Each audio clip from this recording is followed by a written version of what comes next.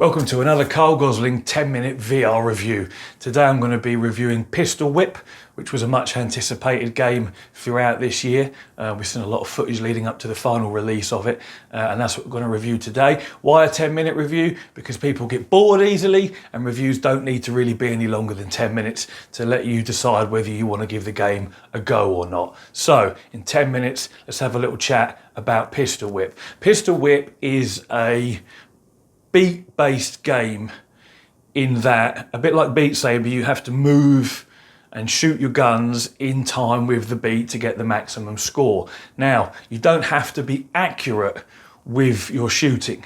You just have to shoot roughly in the right direction of your target. You can turn this off and make it more precise, but by default, you just have to be roughly in the same area. So what's happening is you're standing on the spot, the scenery is scrolling towards you. You'll see some footage in a second, and you just have to move left and right and shoot as people come out on cue with the beat. You have to shoot these guys, and that's how you build up your score.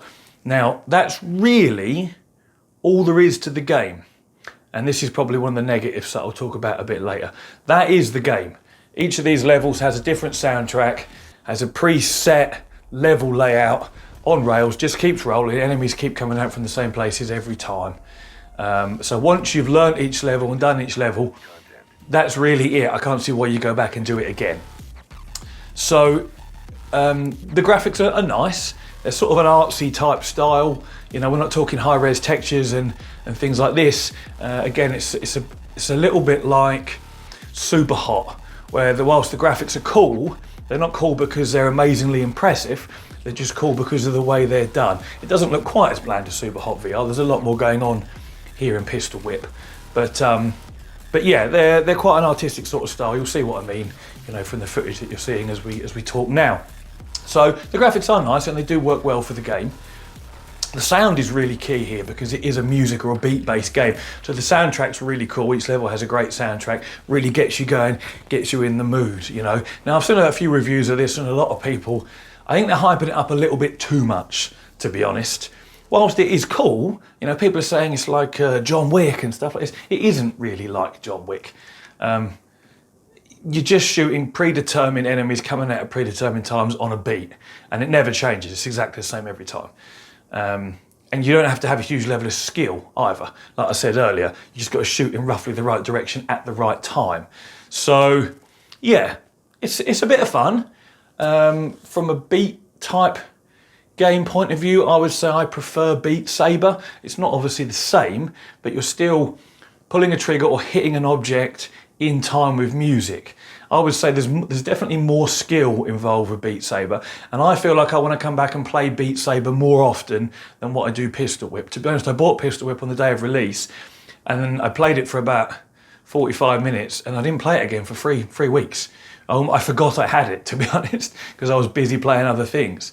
But it is a bit of fun. It's something you could use to show VR to people, perhaps, because it's not terribly involved. You literally just point and pull the triggers in time with the music and shoot the guys. You have to duck and you have to move out the way a little bit, but it's not massively complicated. If it's not complicated, it's very simple.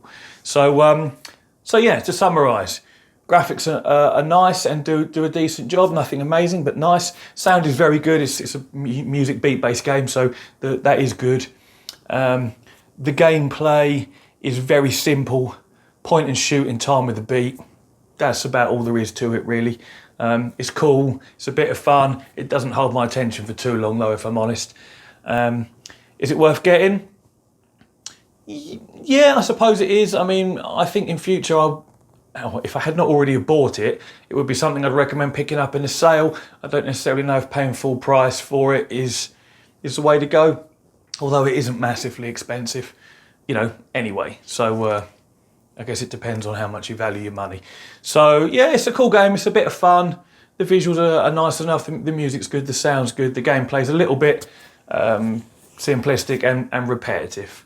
But yeah, perhaps it's more of a party game, you know, a bit like Beat Saber can be, but even less involved than what Beat Saber is. So there's my thoughts. There's my 10-minute VR review. My name's Carl Gosling. Like and subscribe if you haven't already. I'm a new channel. I'd really appreciate it. And I'll catch you all in the next video. Have a good day. Take it easy.